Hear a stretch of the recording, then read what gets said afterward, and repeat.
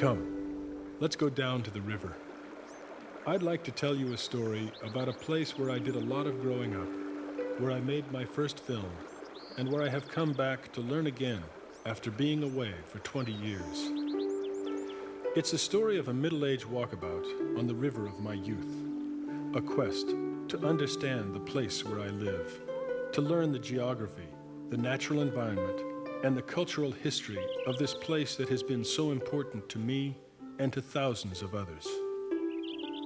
It's a story that reaches into the past to examine humanity's evolving relationship with the land. It's also a story that celebrates the present, the beauty and richness of the habitat, the joy and meaning that people find here today. And it's a story that looks to the future, while paying tribute to some of the people who have worked to open the canyon, protect it from damming, and hold a 39-mile stretch in trust for future generations. So I invite you to come with me into the watershed of the South Yuba River, to see, to listen, to experience some of the discoveries made on this adventure.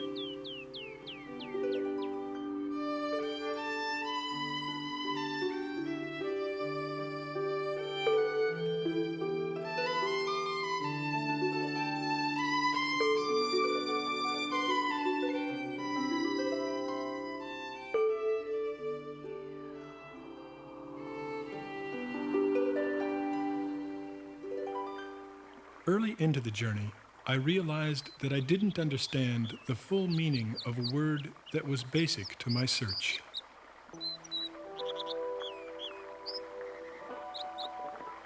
But it wasn't long before I met a young woman who enlightened me. A watershed is a concept which is used to define a place in which all the water flows down into one river, one stream. A watershed can be the watershed of one stream from ridgetop to ridgetop that flows into that stream. Or a watershed can be from ridgetop to ridgetop of a river, all the streams in that system flowing into that river. Or a watershed can be these larger rivers falling into a basin in which a larger river like the Sacramento River flows out to sea. Or a watershed can be a particular ocean in which the many streams flow into the rivers, flow into the larger rivers, and flow into that ocean. Or a watershed can be the earth. Until then, I had never thought of our planet as one interconnected body of watersheds, with millions of veins and capillaries, not unlike our own bodies. My little watershed, the South Yuba, has been flowing in its present channel for about 3 million years, cutting into the western slope of the Sierra Nevada mountains in Northern California. The river begins as a tiny flow on the peaks at Donner's Summit. It is first called Yuba, where it passes through the Sugar Bowl ski resort and into Summit Valley. Then westward along Interstate 80, powerful with snow runoff in the spring, small and peaceful for most of the year. About 20 miles downstream, the natural flow of the Yuba is stopped at Spalding Dam, where most of the upper watershed runoff is diverted for human use, carried out of its natural channel by 2 large canals. Below the dam, the diminished river starts to grow again. Tributary watersheds feed into the Yuba as it flows down a narrow, semi-wild canyon, once famous for its gold, now loved for its beauty. It flows unimpeded for another 39 miles, passing through one surviving gold rush village, underneath 6 bridge crossings, and through a wildlife habitat with some of the most remarkable trails and swimming holes in the world. The final crossing at Bridgeport is site of the nation's longest single-span covered bridge and headquarters for a developing state park. Just downstream, the South Yuba joins the middle and north forks of the Yuba behind Englebright Dam. Below the dam, the main stem of the river provides one of the last natural spawning grounds for salmon and steelhead in the entire Central Valley watershed. On it flows over a diversion dam where more water is taken out for agriculture, then on to Marysville and Yuba City. Here the Yuba enters the Feather River, which flows southward into the Sacramento River and more water diversion. Then through the Delta, into the San Francisco Bay and out the Golden Gate, to mix with all the waters of the Pacific Ocean, all the elements of the global watershed, before rising into the air as clouds, to repeat the magical water cycle that is the lifeblood of our planet.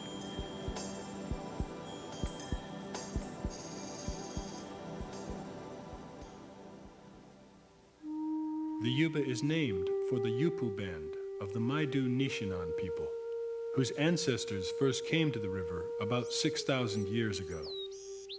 Over the centuries, they developed a broad base of knowledge and skills that enabled them to live using only the materials found in their local ecosystems. Life was driven by the seasons, rushed and full sometimes, calm and easy at others. The human population was small, their touch on the earth was light, and their survival required an intimate understanding of the land, its plants and animals. This was the way of life for thousands of years. But in 1844, an omen of change came to the South Yuba. Elisha Stevens, a trapper from Missouri, guided the first wagons over the steep Sierra Nevada into the headwaters of the South Yuba. The granite plateaus of the River Canyon provided a rugged path down the western slope toward the Central Valley. This primitive road became known as the Truckee Route of the Immigrant Trail, made famous by the Donner Party tragedy of 1846. The first maps show confusion about the Yuba's name: Juber Creek, Yuba River. And for 5 years, the small number of settlers who used the trail had little effect on the river or its inhabitants. But in January of 1848, in a nearby watershed, a discovery was made that would change the entire region forever. Gold! Gold! Gold! Oh, California, that's the land for me. I'm going to California, the gold dust for to see. I'll scrape the mountains clean, my boys, drain the rivers dry. I'll scrape the mountains clean, my boys, drain the rivers dry. The rush was on. Thousands came from all over the planet, mostly young men at first, seeking adventure, freedom, and fortune. Not coming to settle the land, but to strike it rich and return home as heroes. Almost overnight, the moral code and plundering zeal of the industrial age took control of the region. Nature was seen as a collection of resources to be conquered and exploited. The Maidu-Nishinan were run off of prime land or murdered.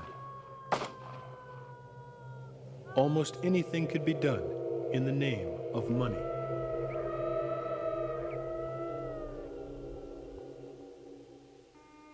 During the years of the gold rush, communities formed around the wealth. Families started to settle. Some dreams came true, but many more ended in frustration and failure. The gold that was easy to find was gone quickly. Then harder work and better tools were needed for success. Each technological advancement took a toll on the river, increasing the amount of earth that could be excavated and washed into the waterways. In some diggings, the landscape was completely altered by large industrial operations. In other places, miners began to tunnel underground in their search for gold. But for the South Yuba, the most devastating technology was invented near the town of Nevada City, just 10 miles away from the river. The year was 1853. The invention was hydraulic mining, and it would have a tremendous impact on the history of the watershed and eventually on the development of environmental law.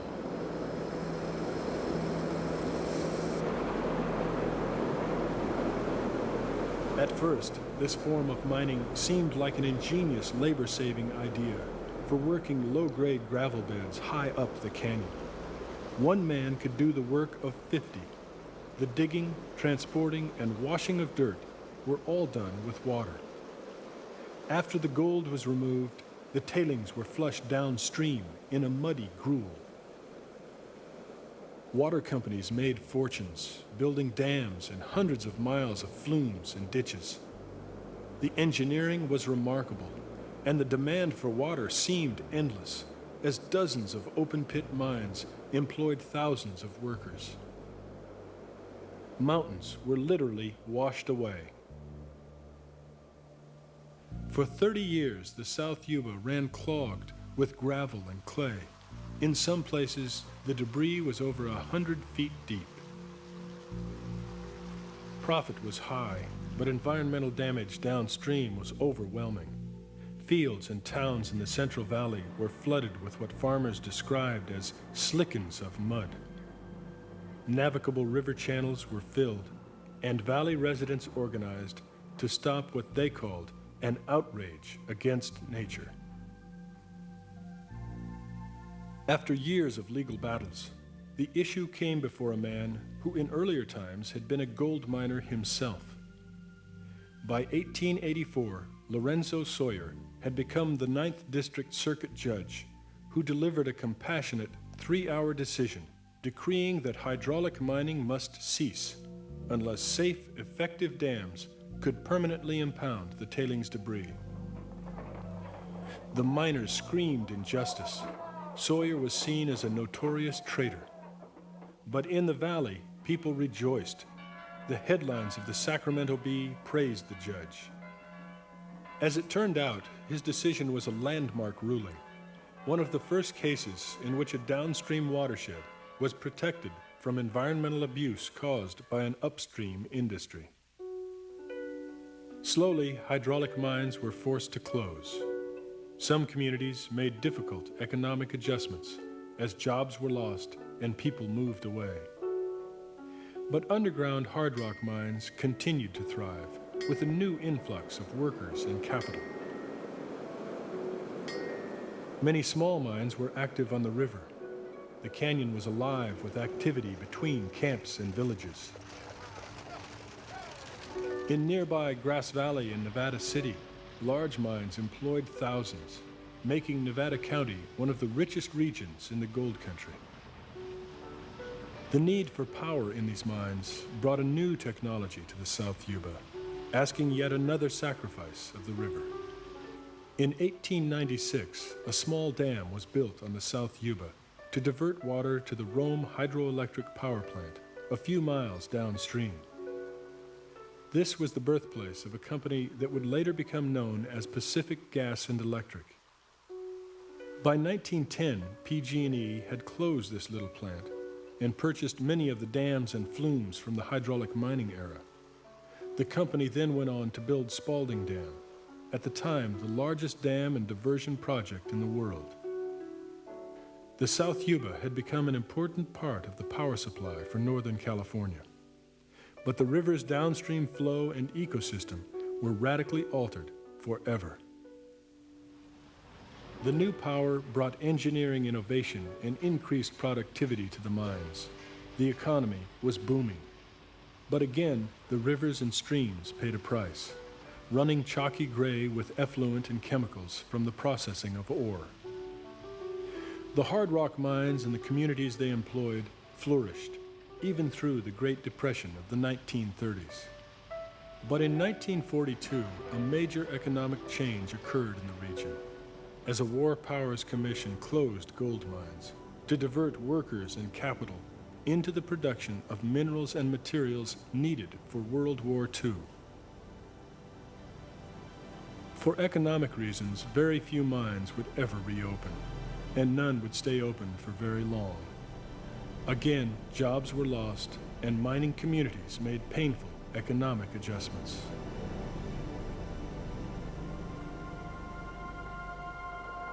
Lumber was to become the next major industry in the South Yuba watershed. Sawmills had always been part of the local economy, providing timber for mines and lumber for building. But processing logs was labor-intensive and slow. Places close to roads and rails were heavily cut, but most of the steep canyons remained relatively untouched. The 20th century brought new technology and equipment that opened more of the forest to exploitation. When the gold mine shut down in the 1940s, sawmills opened up or expanded. By the 50s, the industry was in full swing as the post-war housing boom pushed the demand for lumber. The forest seemed to be a vast resource that could never be exhausted. For 3 decades, timberland was managed primarily to meet the desires of industry and a society hungry for building materials.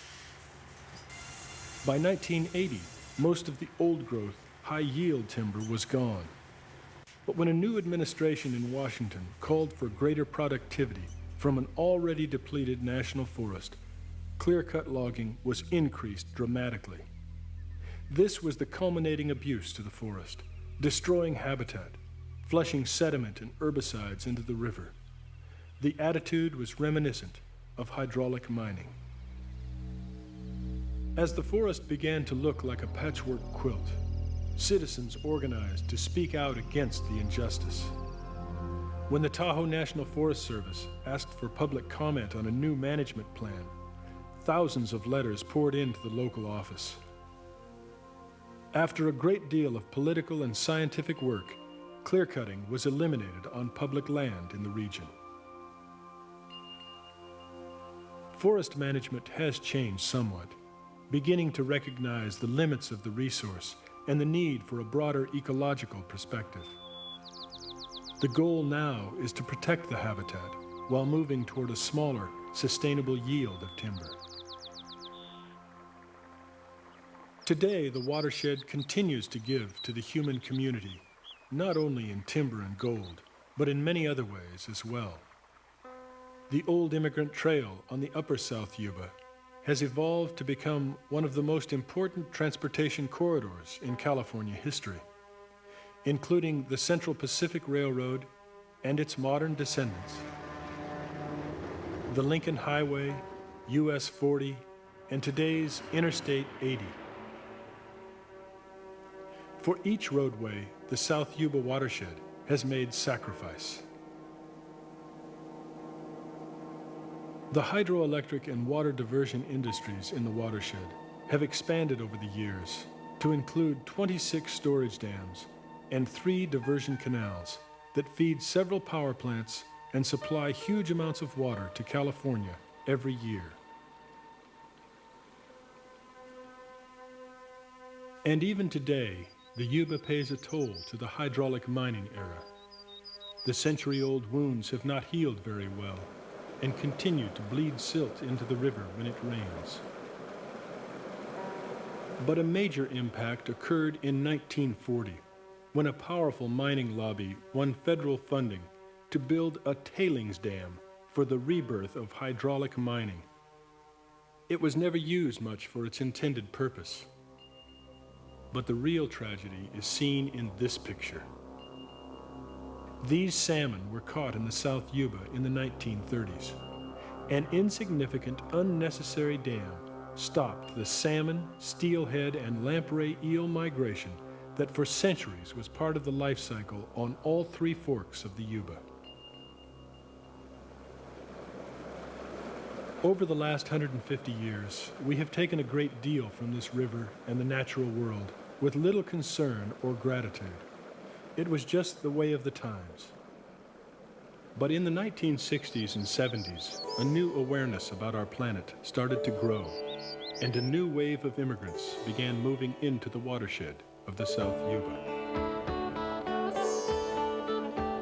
A diverse and different kind of immigrant than ever before. Young, and old. From counterculture to retired military. From back to the land pioneers to conservative families looking for small town values. Many came from areas they had seen despoiled by rapid development and overpopulation. They came looking for a better way of life, a cleaner environment, a deeper connection to place.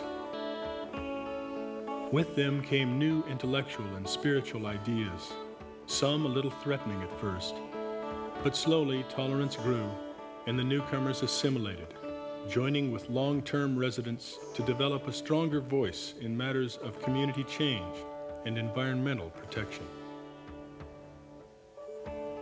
The South Yuba has benefited from this new attitude. Now people know the river not for its gold or resources, but for its rich habitat, for the recreation it provides, and the joy it brings. Because today, the Yuba is appreciated and loved for its inherent beauty and wonders.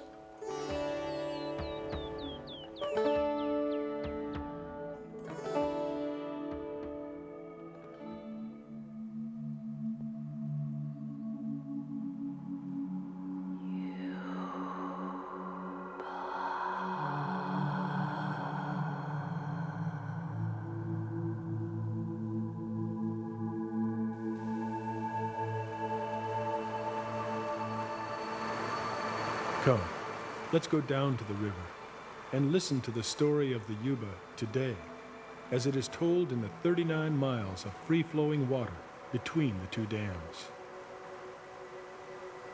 It's a place where dogs fetch more than sticks, where damsels share the water with trolls, and where some gold miners are just a little different. It's a story found in riverbanks that have nearly recovered from the abuse of the industrial age. It's a story seen in all the plants and animals who make their home in this canyon. And it's a story told in the faces, thoughts, and words of people who have been inspired, rejuvenated, or entranced by this river. They come from all walks of life. They come for many different reasons, but most of them share a common love and respect for the wonders and the gifts of the Yuba. Well, it's really easy for me to talk about the Yuba because I love it. It's totally unspoiled. You can still come here and it's like being part of nature. And it's one of the nicest places I've ever seen in my life. A beautiful river that's still clear. It's one of God's creations. The nature is beautiful and you can go hiking. It's a beautiful spot to come and picnic. For me personally, what it's done for me, it changed my life. You know, there's a place there for everybody. I love the Yuba.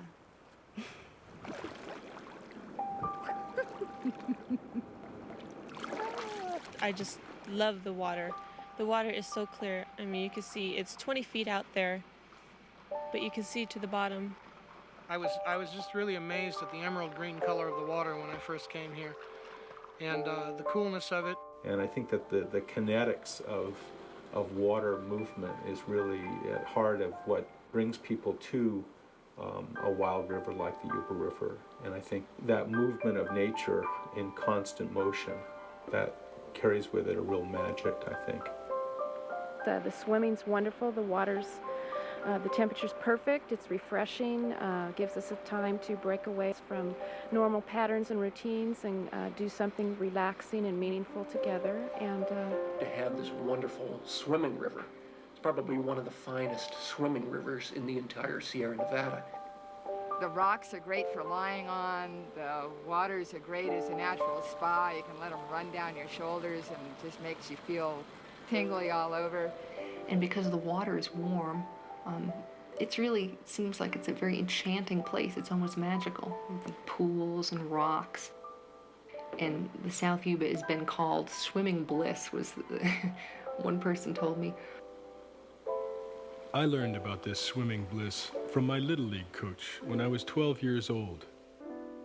But for me, it was always the rocks of the Yuba that amazed me most.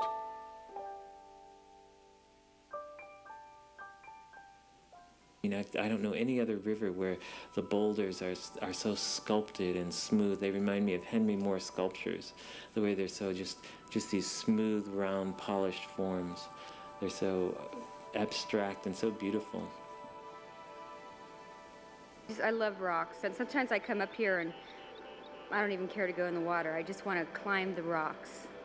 There's something sensual about the rocks too, the way they're smoothed out by the river's waters over the years.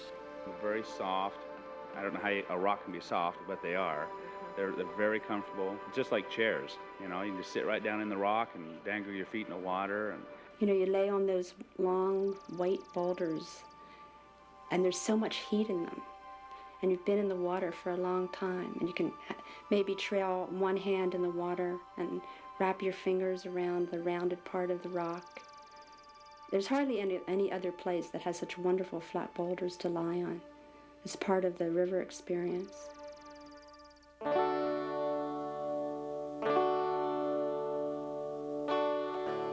You know, rock hopping is it's a combination of speed, grace, and agility.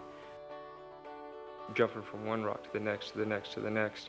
And at any given moment you could miss and slip, which I've done a number of times. I've broken fingers. You're jumping. You're trying to see how far you can jump. You're trying to see if you can make it to the next rock.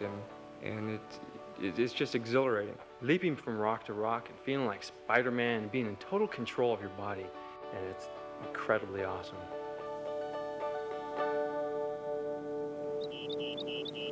Rocks and water are the basic elements of the Yuba.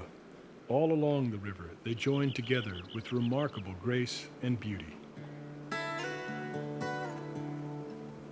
other thing I like about it is that the character of the river is such that it has pools. You can go from one pool to the next, and that's kind of very enjoyable.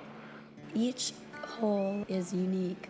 The rocks change, the colors of the water changes, the vegetation changes, and the feeling that you get from being at the different spots changes as well. There's so many wonderful pools amidst rocks, and there are secluded beaches, so everybody can find a place that they feel is their own.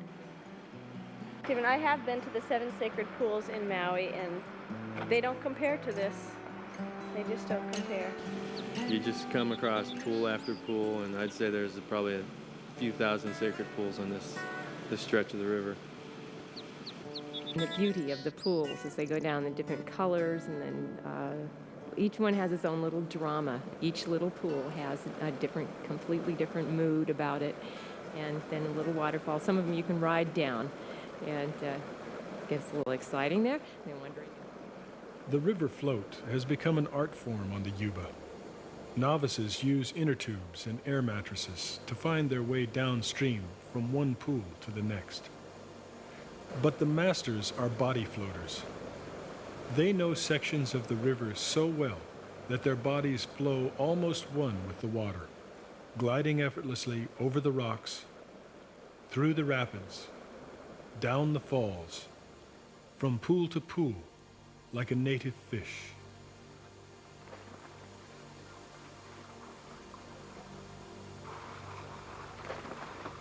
There are all kinds of ways to get into these pools. You can wade, you can jump, you can swing, you can flip, you can flop,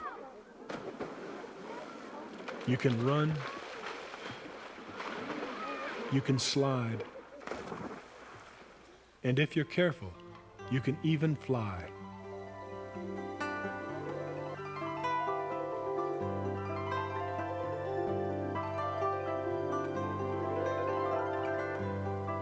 But no matter how you get into the river, be careful. 2 of my contemporaries were paralyzed for life after careless dives at the Yuba. When in doubt, jump. And always check the depth of the water, because rocks and sandbars can shift from one year to the next. Start low and work your way up the rocks. Listen to your heart and not the voice of your peers. Be wise and be careful when you come to the Yuba.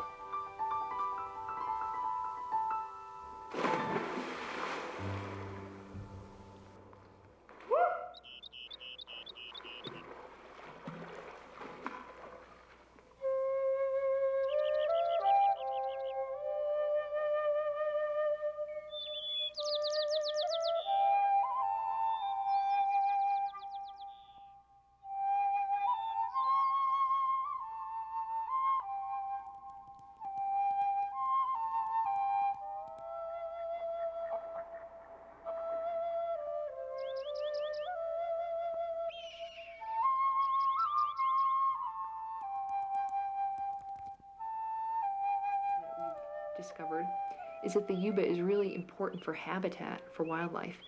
It's such a long corridor that's really undeveloped. There are a few roads that cross it. But other than that, there's little human intrusion, and that's very important for all of the wildlife. And it's just crystal clear.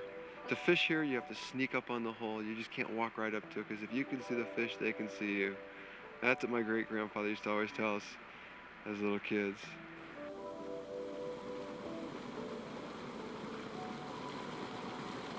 The Yuba is a very rich area for wildlife. The squaw, so-called squaw fish that are in the Yuba are amazingly shark-like, aggressive, and actually pretty much fun to catch too, and they taste pretty good. The wildlife is phenomenal. The spring times are just fantastic. The discovery, every day there's a new discovery of some kind. You see a new insect, or you see the bald eagles up flying around on that ledge there, and they're there. And I love the Yuba River and the deep canyons and the hillsides of wildflowers in spring. They're one of the most beautiful hillsides and canyon areas in all of California. In late March through April, the hillsides come alive with the color of lupins and poppies and little pink monkey flowers. We have bush lupins that will surround you with purple along the trail. And then later on in the season, in summer, the hillsides are covered with yellow daisies and various other flowers. And I can say without reservation that the South Yuba River Canyon and its wildflowers in spring is one of the most beautiful areas in all of the state of California.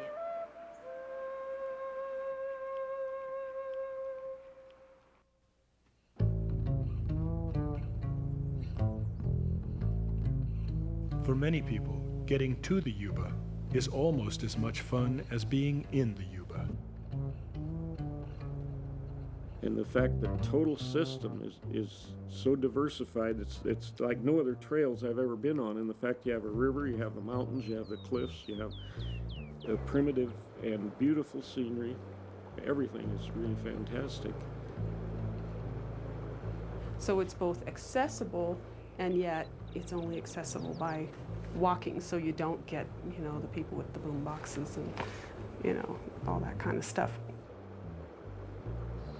So there are trails all over the place in this area, and almost all of them are historic trails, are interconnecting mines or former mining operations.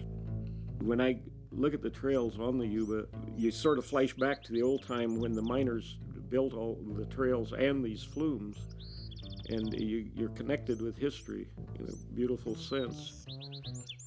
Part of this history is preserved in the remarkable Independence Trail, said to be the nation's first disability access wilderness trail. One man's vision and drive has led to a cooperative effort among citizens, the California Department of Parks and Recreation, and the Bureau of Land Management. Several miles of an abandoned hydraulic mining canal have been rebuilt and converted into a trail for everyone. With this trail, even though I still have to use a wheelchair, I'm kind of stuck with that.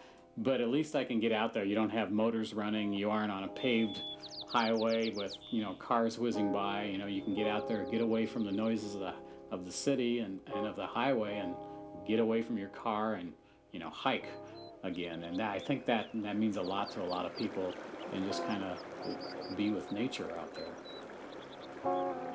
When you can sit there and watch the water swirl around the rocks and into eddies and then make rapids. I really enjoy that. I like to watch water move. It's fascinating. Always has fascinated me.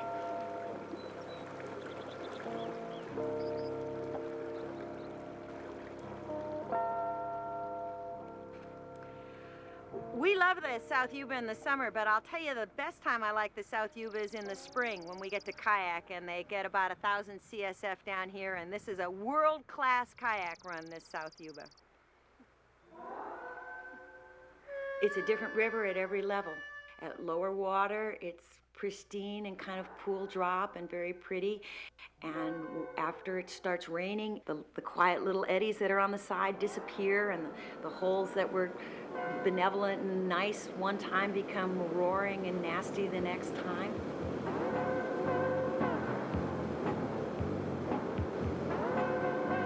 It's continuous whitewater. I mean, from the bottom of one drop, you just barely got time to get started to the next one, and a lot of character in each one of the rapids.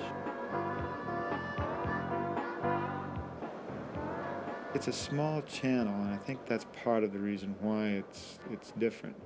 There aren't really many rivers that have a small channel that really have a whitewater characteristic.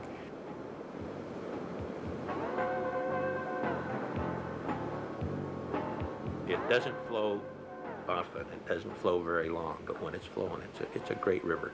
But you have to respect it, and you have to understand your skills. It's not a place to take a rubber ducky or a Kmart kayak or something like that, because there are a lot of places that can be dangerous. It's one of the most beautiful, most spectacular whitewater rivers that we know. And California has the best whitewater practically in the entire world.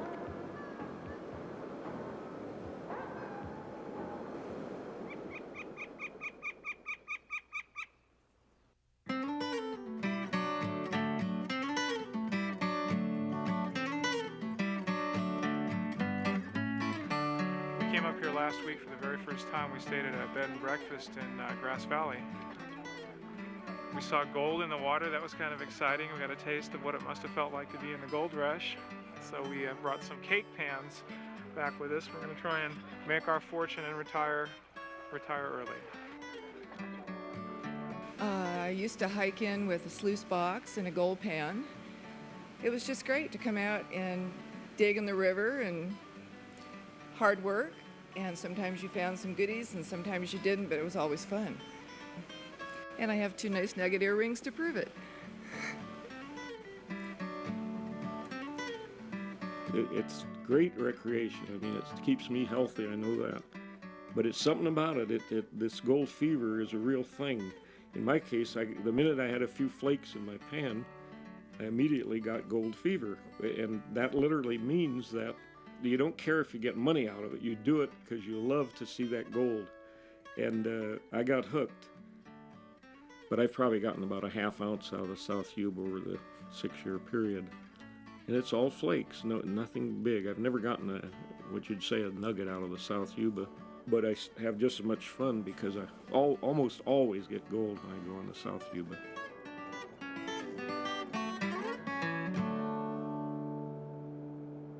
Basically, you're talking, take my case, I've been mining for 22 years, and basically what I'm doing now is what I've always dreamt of doing. I've gotten away from the gasoline power altogether.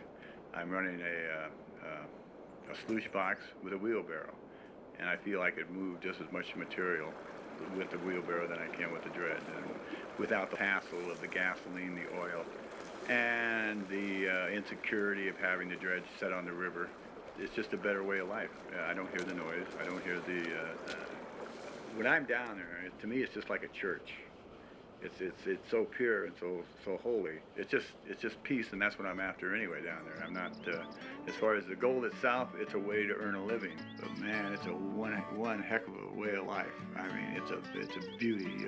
Fresh air, the wild apples. I don't know. It's just filled with a perfume. The summers are just absolutely beautiful. I mean, it's just incredible, the deep pools. For many people, the Yuba is a place of deep meaning and power, a sacred place that has had a profound effect on their lives. Is one of the things, but mostly this is for me anyway, it's a spiritual place. I went through some very important changes in my life right along this river here, and I think the river itself had a lot to do with that. So consequently, even though we went to some beautiful places, they never really felt as much as home as this does. There are spiritual areas that I've come across all over the globe, and the Yuba River in Nevada County seems to be one of them. It's kind of like Mount Shasta or Sedona. There are just various areas that have a spiritual influence, and I believe this is one of them. It's a part of my history. It's part of my soul, and if anything were to happen to it, it would be like ripping a part of my heart out.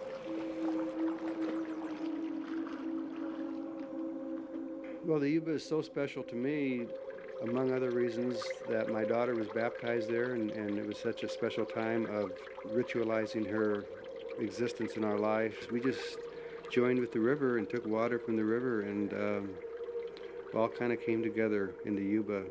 And I never go there to this day where that's not in my mind. It's the river and the valley that gave me just that taste of peace of mind that allowed me to realize that I was headed, hell-bent on destruction like, so many of the other Vietnam veterans that came back. 60,000 of them committed suicide by 1983, So the river did save me. It kept calling me back, it kept saying, come back here, get out of this mess, It's a great place to just sit and, just sort of let your mind rest, because the water just pulls all that, the disorder and the chaos right out of your head.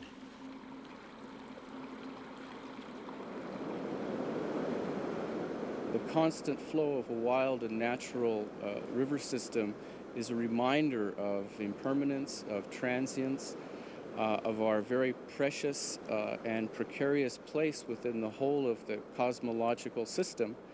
And it gives us an opportunity to touch the beauty that has manifested itself over millions and millions of years.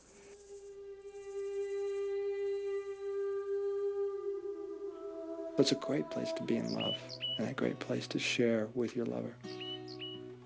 There's a power, there's a spirit, a definite spirit. A spirit in the rocks, a spirit in the water, a spirit in the manzanita and the trees. And you just inhale this spirit, to be there with someone you love. That's a really special, special thing.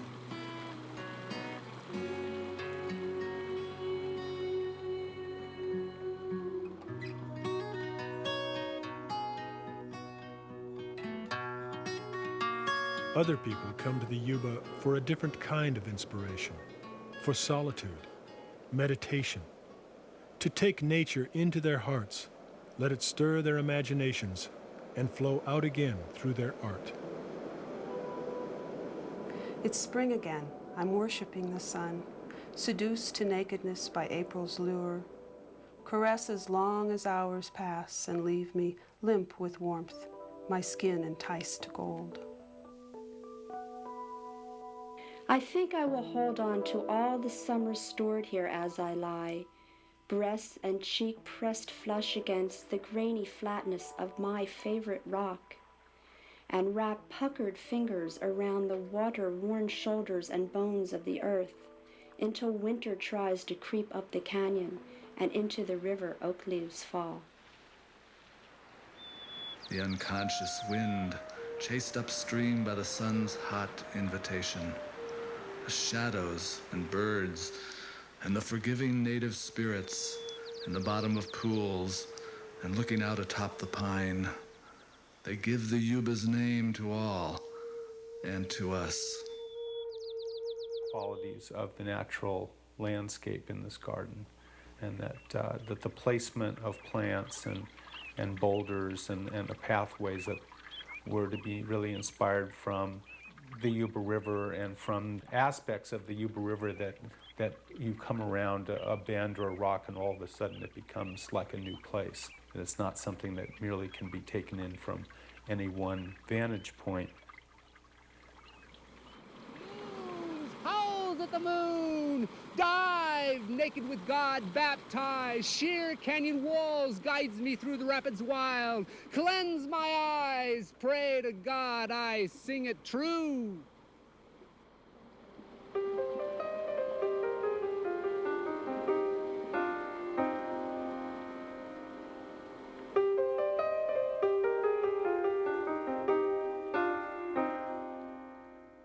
Jump in the Volvo and shut the door. Throw a bag of fruit down on the floor. Don't leave just yet, I think there's one more. Who's gonna play at the U-Bar? Over the hill toward North Bloomfield. Oh, down by the Yuba River, maybe 6 months ago, I saw Yuba Sam. He was digging for gold, so I walked up to Yuba, mighty fine day, meeting Sam. He say, well, grab a pan and join in if you can. Na, na, na, na, fee-fi, fiddly-fee, everybody ought to listen to me. Fee-fi, fiddly-fi, the Yuba just rolls on by. The river sounds, oh, the river slides. The river sounds, oh, the river slides. The river sounds, oh, the river slides. Oh,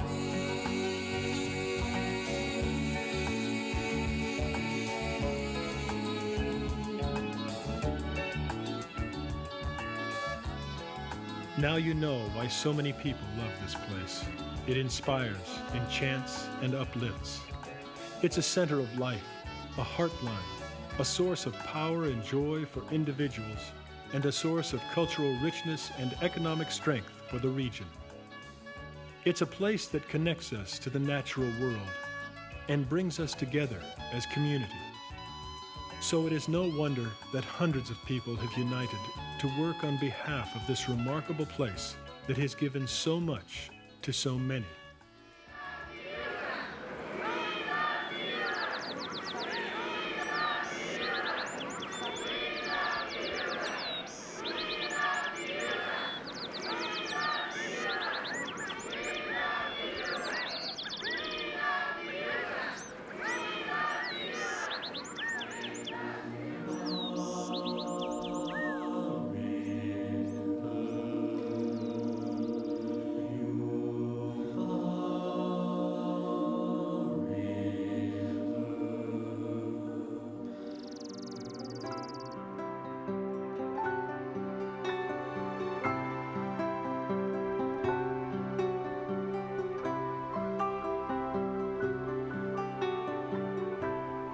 Come, let's go down to the river and learn about some of the people who have worked in the name of this 39-mile stretch of the South Yuba. These are stories of visionaries, people called to action by a place they love. And they are stories of community, citizens and business, volunteering time, money, and muscle to see that this small piece of natural beauty will be saved and nurtured, a treasure for future generations to know and enjoy.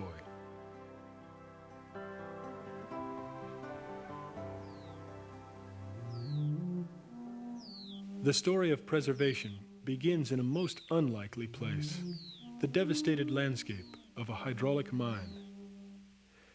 It all started with Alvin Trevelpiece, a newspaper man who was fascinated by the history of hydraulic mining. In 1961, he proposed an idea for a park museum that would include the vast Malakoff diggings and what remained of the town of North Bloomfield. County leaders rallied around the idea with an eye toward tourism and recreation. A partnership with state and federal government was formed, and in 1965, after a great deal of work and cooperation, Malakoff Diggings State Historic Park became a reality. A 3,000-acre preserve reaching all the way to the river. Volunteers quickly came forward to help the state restore North Bloomfield, one building at a time. With this park, a new appreciation for the land and its history was beginning to grow in the watershed of the South Yuba.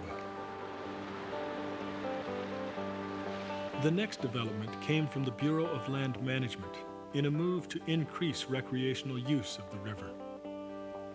In 1968, they joined with citizens to build campgrounds and over 10 miles of trail near the new state park. A fresh appreciation for the Yuba's beauty and recreational value was blossoming, just as the new wave of immigrants started to move into the region. Among the newcomers was a remarkable fellow who brought with him two dreams that would change the South Yuba forever. John Olmsted was a naturalist and college instructor. His heroes were park developers, John Muir, the father of Sierra Mountain Parks, and distant relative Frederick Law Olmsted, a designer of city parks, including New York's Central Park and Boston's Emerald Necklace, a series of parks linked by a common trail.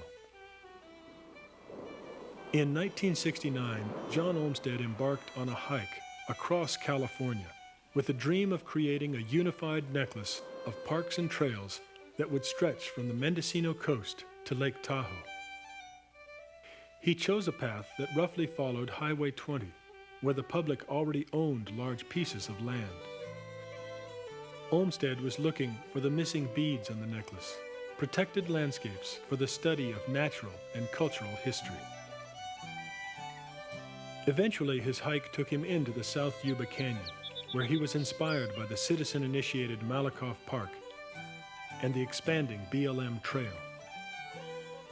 But it was the discovery of an abandoned water canal that changed the course of his life and gave shape to a second dream that had been inspired by a friend in 1965.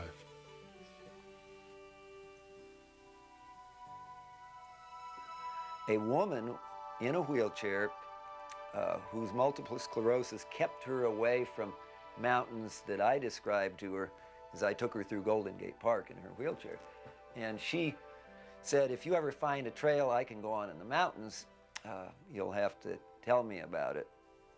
It was that one sentence that enabled Olmsted to look at the broken down hydraulic mining canal and see the potential for a wilderness trail, the gentle slope perfect for wheelchairs. Friends and students supported his idea with donations of money and labor.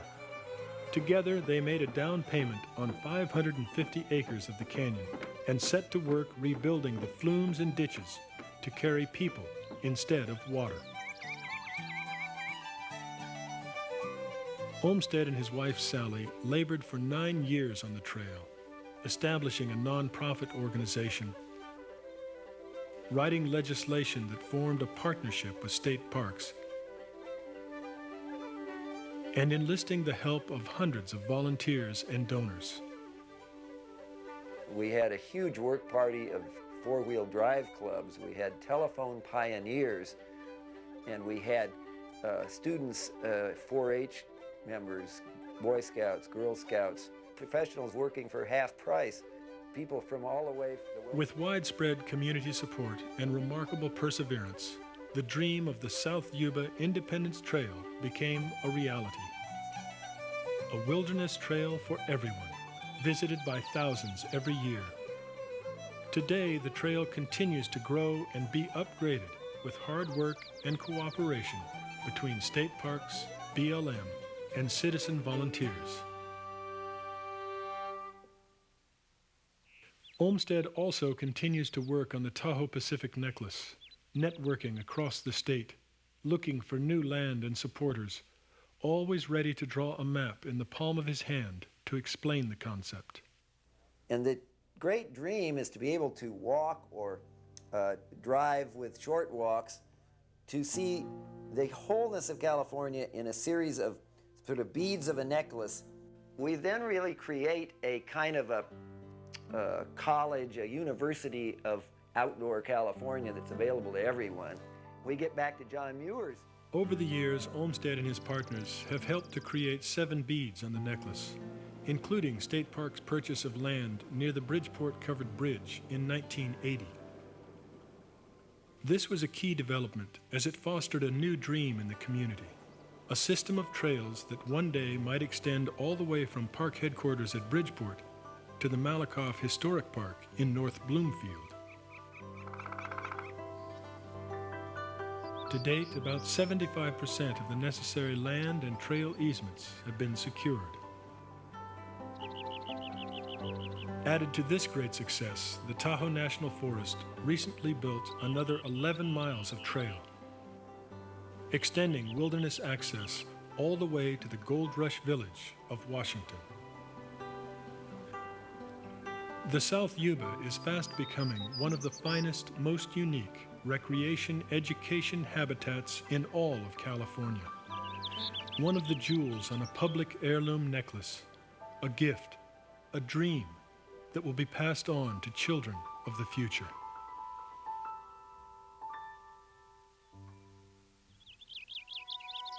The next group to form in the name of the South Yuba are guardians of this jewel and a classic example of American democracy and grassroots organizing. It started in the heart of a man who fell in love with the river as a young boy. Some of my earliest childhood remembrances were from the river. And as I grew older, the river always gave me a real sense of freedom and appreciation for the earth and the natural beauty. He always thought the river would be there for his children. But in 1983, the Yuba was threatened with proposals for new dams. It all started with that article in the paper saying they wanted to develop a hydro plant at the river. I responded with a letter to the editor saying that the river has a lot of recreation value and that there's a lot of people that really love it there. After I wrote that letter, that same night, Linda Miller gave me a call and she wanted to know what was being done about it. And instead of the familiar, somebody ought to do something about that, I found myself saying, oh, no, they're not. And I had no idea what to do about it, but they were not going to do this. A few people came together, a rough plan for educating the community was developed, and an organization was formed. The South Yuba River Citizens League. The words were a little stiff, but we were going to be known as Circle. And that was what counted, and it just had the ring of a bunch of people working together in harmony, and that was our vision. It snowballed so good that the community all came together. There was a lot more people like us than we realized. You know, there was people that really said, hey, you know, this is one of the beautiful spots we ever seen. We're not going to let it get destroyed. So they came out of the woodwork. Don't let it change. Why can't you leave it alone? Under the leadership of Dr. Roger Hicks, the volunteers of Circle created a nonprofit educational organization with over 1,000 members and many more supporters. A rough periodic newsletter was transformed into a professional quarterly. Annual events raised funds to establish an office and staff, and Circle became a strong, respected voice for the Yuba. In its first decade, this grassroots organization led the fight to stop 5 dam proposals and played a key role in developing the state park's South Yuba project. Circle then took action to protect the lower 39-mile segment of river from future damming. The only way to protect this river and other rivers from dams is from federally licensed dams, is through the Federal Wild and Scenic River System. So we decided that that's what we need to do, is get federal wild and scenic protection for the South Yuba. Circle organized and published the first wild and scenic river study. Dedicated volunteers and staff then worked to gain broad community support, including business, the vast majority of property owners on the river, and all of the agencies managing public land on the South Yuba. The thing that I learned was how deep and broad the support for the river is. I mean, people in this community love the river. They love it. What's happened on the South Yuba is that a community has come together to defend one of its members, and the member happens to be a river. And I think people who are fighting to save the South Yuba feel that if they can hang on to the South Yuba, then they can hang on to the world. Because in a way, the South Yuba River is every river.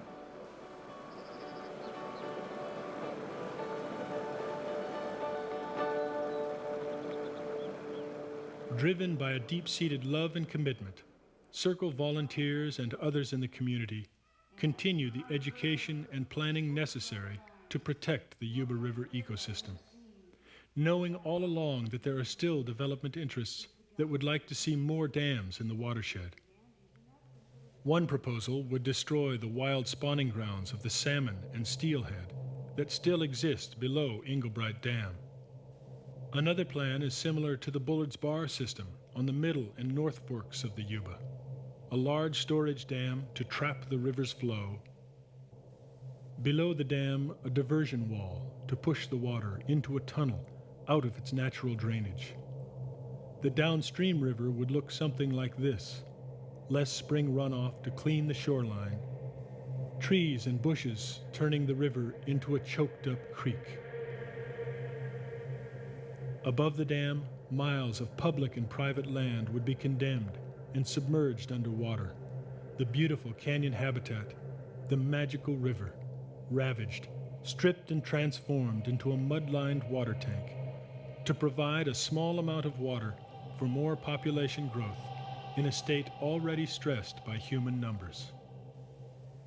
30 years ago, such a plan might have met with little opposition, but today, thanks to the people who have helped open the Yuba and educate others about its inherent values, there are thousands who know, love, and defend this stretch of river. River, save that river, save. People have come together to say no, not this too, not this place for a water tank, not this most beautiful river canyon that nurtures us in so many ways, that has become part of our family histories. People have come together to say yes, our children deserve this place. Yes, we are working in the name of the planet and all its life forms. Yes, yes, we cherish this precious piece of the sacred South Yuba. Oh, the Yuba River, so wild and so free. I hope for all time that you will be a free-flowing river that we will not end. I will love you always, my friend. I will love you always, my friend.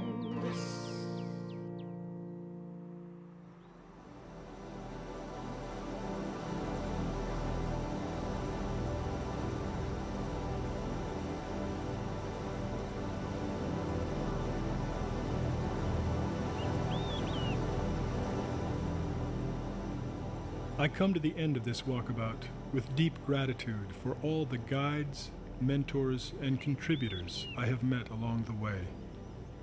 With their help, I have learned a great deal about the river, about myself, and about our culture.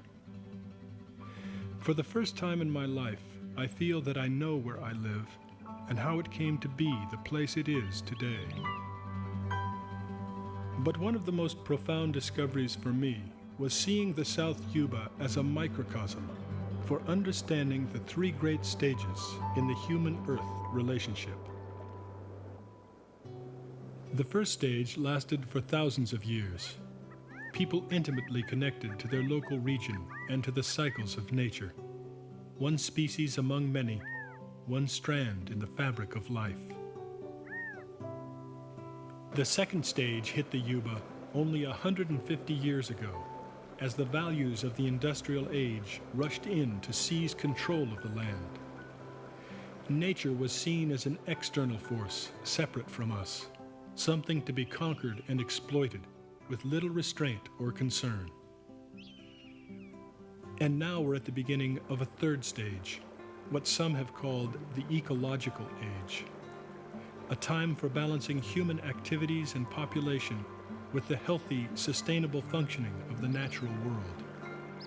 A time for bringing love, humility, and respect to our relationship with other living things and with the air, water, and soil that supports us all. It's a time for putting our imaginations and technologies to work as members in the community of life, not lords and conquerors. The efforts to protect 39 miles of the South Yuba are expressions of this love and optimism in the name of future generations. To all the people who have taken part in the work on the Yuba, I say thank you. Thank you to all those who will join this effort and others like it all over the globe. Thank you to everyone who is trying to be part of a very difficult and basic change in human thought and behavior as we reassess our needs and desires, as we re-examine our relationship with nature, as we extend our moral embrace and concern farther into the natural world. May the protection of 39 South Yuba miles be one more step in humanity's quest for a more benevolent and balanced presence on our one and only beautiful watershed Earth.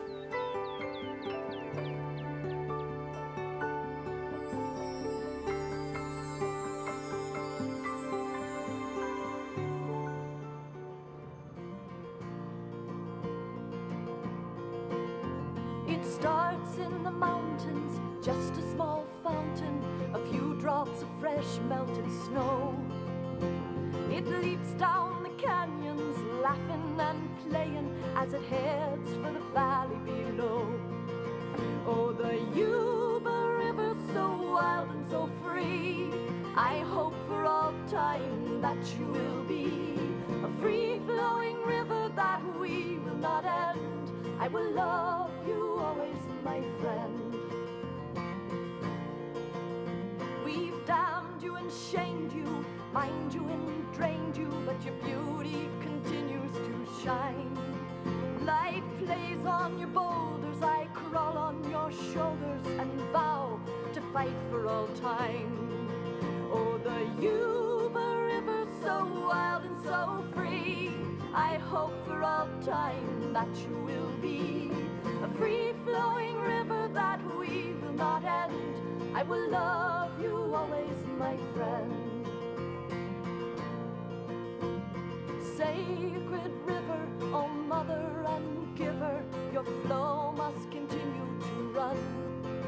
If our sons and our daughters are to laugh by your waters, we must stand by your side in the sun. Oh, the Yuba River, so wild and so free. I hope for all time that you will be a free-flowing river that we will not end. I will love you always, my friend. Oh, the Yuba River, so wild and so free. I hope for all time that you will be a free-flowing river that we will not end. I will love you always, my friend.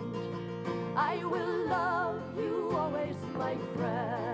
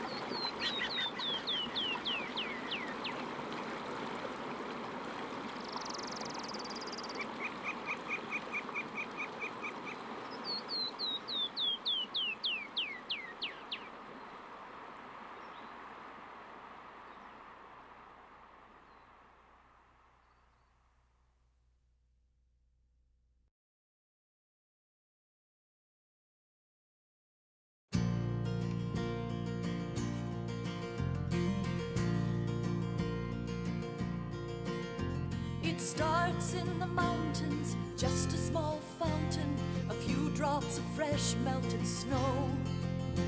It leaps down the canyons, laughing and playing as it heads for the valley below. Oh, the Yuba River, so wild and so free, I hope for all time that you will be a free-flowing river that we will not end. I will love